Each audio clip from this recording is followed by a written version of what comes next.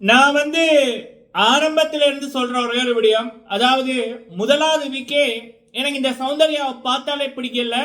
என்ன அப்படின்னா, அவ்வளவு ஒரு போலித்தனம், அவ்வளவு ஒரு பித்தலாட்டம், அகத்தின் அழகு முகத்தில் தெரியும் என்ற மாதிரி அப்படியே அவங்களுடைய அந்த பித்தலாட்டமும் வன்மமான எண்ணங்களும் அவங்களுடைய முகத்துல பார்க்க முடிஞ்சுது.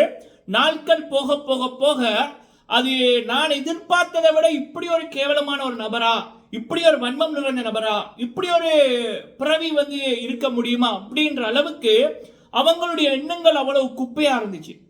எந்த ஒரு மனிதருக்கும் நான் என்னுடைய வாழ்க்கையில் இதுவரைக்கும் பார்க்காத அளவுக்கு, முக்கியமா பிக் பாஸ் என்ற நிகழ்ச்சியில பார்க்காத அளவுக்கு வன்மங்களும் குப்பையான அந்த செய்கைகள் நிறைந்த ஒரு எண்ணங்கள் அவங்களிடம் பார்க்க முடிஞ்சது. அதனாலேயே பல மக்களுக்கு, கோடிக்கணக்கான மக்களுக்கு அவங்கள பிடிக்கல. அப்படி இருக்கக்குள்ள நேத்து முந்த நாள் நிறைய தகவல்கள் வந்திருக்கு. அவங்க பிக் பாஸ் ஷோக்குள்ள போகும் முதலே பல என்னென்ன கேவலங்கள் பண்ணியிருந்தாங்க அப்படின்னு. அதோட அவங்களுடைய பிஆர் ஒருத்தர் உள்ளுக்குள்ள போனார்ல, அவர் இப்ப பண்ணிக்கொண்டிருக்கின்றபடியும் இது மாமா வேலை அப்படின்னு சொல்லுவாங்க. ஆனா அதை விட அசிங்கமான வேலைகள் அவருடைய அவங்களுடைய அந்த பிஆர் டீம் என்றது, அவர் மட்டும் அவங்களுக்கு பிஆர் இல்ல, நிறைய பிஆர்கள் வச்சிருக்காங்க. அதுல எந்த பிஆர் பண்றாங்கன்னு தெரியல. அப்படியான விடயங்கள் வெளியில வந்திருக்கு, அதிர்ச்சியான விடயங்கள். அது ஒண்ணு. விஜய் சேதுபதி அண்ணா அவர்கள் உறுதியா சொன்ன ஒரு முடிவு, ஒரு எச்சரிக்கை. அதன் அடிப்படையில் நடக்க போற மாற்றம் வெள்ளிக்கிழமை சனிக்கிழமை அது என்ன அப்படின்னு பார்க்கலாம். அடுத்தது முத்துக்குமரன் அவர்கள் இதுவரைக்கும் இல்லாத அளவுக்கு பிக் பாஸ்ல ஒரு நிகழ்த்திய ஒரு சாதனை. அந்த சாதனை பிக் பாஸை ஒபிஷியலா சொல்ல இருக்காரு. அது பற்றிய விடயங்கள் சரிங்களா. ஃபர்ஸ்ட் இந்த சௌந்தர்யா, பிஆர் சௌந்தர்யா பண்ற விடயங்கள் ஒரு ஊழலை விட மிக கொடுமையான விடயம். இப்ப நேத்து சோசியல் மீடியால பல பேரால பார்க்க முடிஞ்சது. எல்லாமே ரெக்கார்ட் பண்ணி வச்சிருக்கோம் நம்ம சரிங்களா. இந்த பிக் பாஸ் சிஸ்டம்க்கு ஆயிஷா அப்படின்னு ஒருத்தவங்க போயிருந்தாங்க. இவங்க விஷ்ணு சௌந்தர்யாவோட ஃப்ரெண்டு. அப்ப இந்த ஆயிஷாவோட ஃப்ரெண்டு தான் பிக் பாஸ் 8 தெலுங்குல டைட்டில் வின் பண்ணவர். எப்படி வின் பண்ணாருன்னா இதே மாதிரி தான். இங்க ஒரு கோவா கேங் அப்படின்னா அங்க ஒரு கோவா கேங். அது அந்த கோவா கேங்ல பெரும் புள்ளிகள், பணக்கார புள்ளிகள், ஒரு பெரிய ஒரு சினிமா இதை சேர்ந்தவருடைய தரப்புல இருந்து ஒருத்தி போயிருந்தா அவங்க, இன்னொரு வேற ஒரு ஆக்டர், இவங்கெல்லாம் சேர்ந்து ஒரு கேங், இன்னொரு பெரிய மாடலு, இவங்கெல்லாம் ஒரு கேங்கு. வீட்டுக்குள்ளேயே அந்த ஒரு ஃபேவரிசம் குரூப்பிசம் பண்ணாங்க. வெளியில அவருக்கு பெரிய பிஆர் டீம்.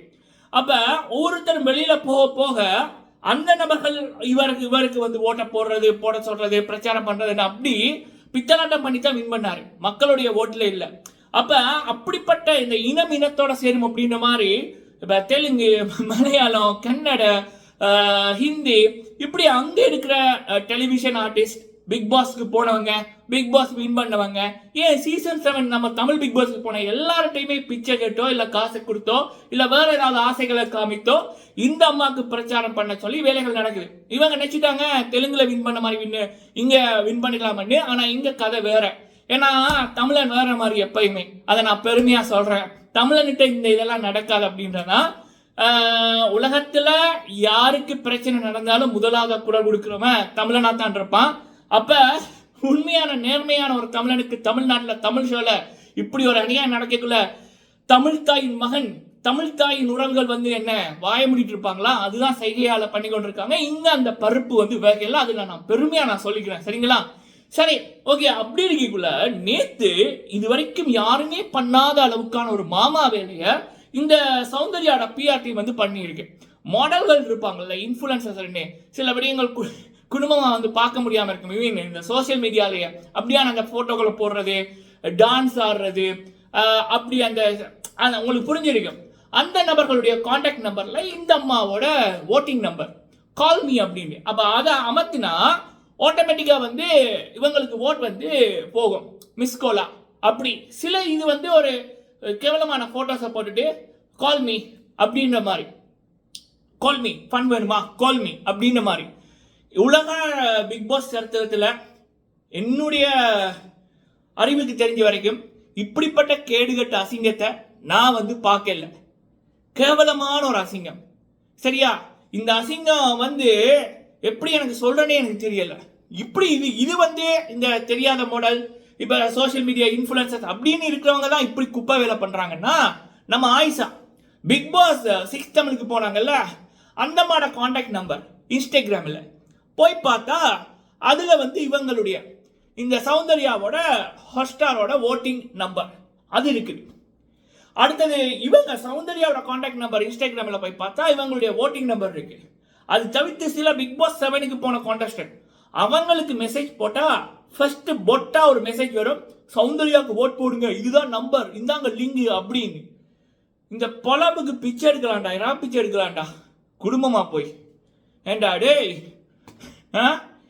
அப்ப காசுல தின்னு வேற என்னத்த சொல்றது உன்னை பார்த்து. இப்படி ஒரு அசிங்கங்கள் நடக்குது மக்களே. சரி, இன்னொரு பக்கம் நேர்மையின் சின்னம் முத்துக்குமரன் அவர் பண்ணியிருக்கிற சம்பவம் போன சீசன் 7ல வந்து இந்த 16 கோடி ஓட் வந்துச்சு இல்ல ஃபினாலேல, அது பிரதீப் அண்ணனி என்ற பேருக்காக தான் வந்துச்சு, அர்ச்சனாக்காக இல்ல. இந்த வாட்டி என்ன அப்படின்னா அதை விட டபுள் மடங்கு வரும். சரிங்களா, அது 16 கோடியான எனக்கு தெரியல, அதை விட அதிகமான ஓட் வந்து முத்து அவர்கள் பெறப்போகின்றார் அப்படி என்பது தகவல். இந்த தகவல் பிக் பாஸ் 8 தமிழ் ஃபினாலே முத்து வின் பண்ணதுக்கு அப்புறம் விஜய் சேதுபதி அண்ணா அவர்களே ஒபிஷியலி சொல்லுவாங்க. Mark my words. சரியா, ஓகே. சரி, இப்படி அசிங்கங்கள் நடந்து கொண்டிருக்கக்குள்ள இன்னொரு பக்கம் என்ன அப்படின்னா சேது அண்ணா அவர்கள், நான் ஆரம்பத்திலே சொல்லிட்டேன், ஆளும் புதுசு ஆட்டமும் புதுசு. இங்க மக்கள் செல்வன் விஜய் சேதுபதி அண்ணா அவர்கள் இந்த ஷோ நடத்துறாங்க அப்படின்றதுனால தான் பல பேர் கமல்ஹாசன் அவர்கள் பிக் பாஸ் 7 தமிழ்ல பிரதீப் அண்ணனி என்ற மக்களில் இருந்து வந்த ஒரு நல்லவர், அவரோட வாழ்க்கையை மாறுற மாதிரி இருந்துச்சு, அந்த சீசனோட வின்னர் அவர் தான் அப்படின்னு கேட்கல. அவருக்கு கமல்ஹாசன் பண்ண தொடர்ச்சியால அடுத்த சீசன் மீது பல மக்களுக்கு நம்பிக்கையே இல்லாமல் இருந்தது. எப்போ கமல்ஹாசன் விலகி அந்த இடத்துக்கு சேது அண்ணா வர்றாங்க அப்படின்னு தெரிஞ்சதுக்கு அப்புறம் தான் பல மக்கள் வந்து பிக் பாஸ் ஷோவையே பார்க்க ஆரம்பித்தார்கள். ஸோ அப்ப சேது அண்ணா அவர்கள் வந்து ஆரம்பத்திலேயே இந்த பிஆர் இதுக்கு இந்த பணக்கார முதலைகளுக்கு அவர் சப்போர்ட் இல்லை. இப்ப லாஸ்ட் வீக் அவர் பேசினது எல்லாமே வந்து கடைசி வீக் வந்து சுவாரஸ்யம் பண்றதுக்கு மக்கள் மத்தியில் இந்த சௌந்தர்யாவுக்கு சப்போர்ட்டே இல்லை, செல்லா காசு, அதான் உண்மை, மார்க்கெட்டே இல்லை. அப்ப இவரும் வந்து அடிச்சாருன்னா சுவாரஸ்யம் இருக்காதுல்ல, அதுக்காக அவர் பண்ணாரு தவிர மற்றபடி இதெல்லாம் அவர் கண்டாலே பிடிக்காது. ஸோ சேது அண்ணா எனக்கு வந்த தகவல்களின்படி நீங்க நம்பலாம், இந்த சௌந்தர்யா ரன்னரும் இல்லை, செகண்ட் ரன்னரும் இல்லை. சரிங்களா, ஸோ இந்த சௌந்தர்யாவோட வெளியேற்றம் வெள்ளிக்கிழமை இல்லை சனிக்கிழமை சொல்ல நடக்கும் அப்படின்றதான் வருகின்ற சில தகவல்கள். அதற்காக தான் ஒட்டுமொத்த தமிழ் மக்களும் தமிழ் உறவுகளும் ஒட்டுமொத்த உழைப்பாளிகளும் வந்து காத்திருக்கார்கள். அந்த விடயத்தை மக்கள் செல்வன் பண்ணுவார் அப்படின்னு நம்ம நம்பலாம். இன்னொன்னு எனக்கு தெரிஞ்சு 2வது 3வது இடத்துல வர்றதுக்கு நிறைய உழைப்பை போட்டவர்கள் இருக்கார்கள். ஜாக்லின் இருக்காங்க, நான் பவித்ரா கூட சொல்வேன், இன்னைக்கு பட்டி எடுத்தாங்கல்ல. அப்ப அப்படி இருக்கக்குள்ள அந்த உழைப்பாளிகளுக்கு மரியாதை கொடுக்கணும் அப்படின்னாலே இதை வந்து எப்பயோ துரத்தி இருக்கணும். அது இந்த சனி அல்லது வெள்ளி நடக்கும் அப்படின்றத நம்ம பார்க்கலாம். சரிங்களா, ஓகே மக்களை, நீங்க தொடர்ந்து முத்துக்கு உங்களுடைய ஓட்டை ஹாட்ஸ்டார்ல போடுங்க.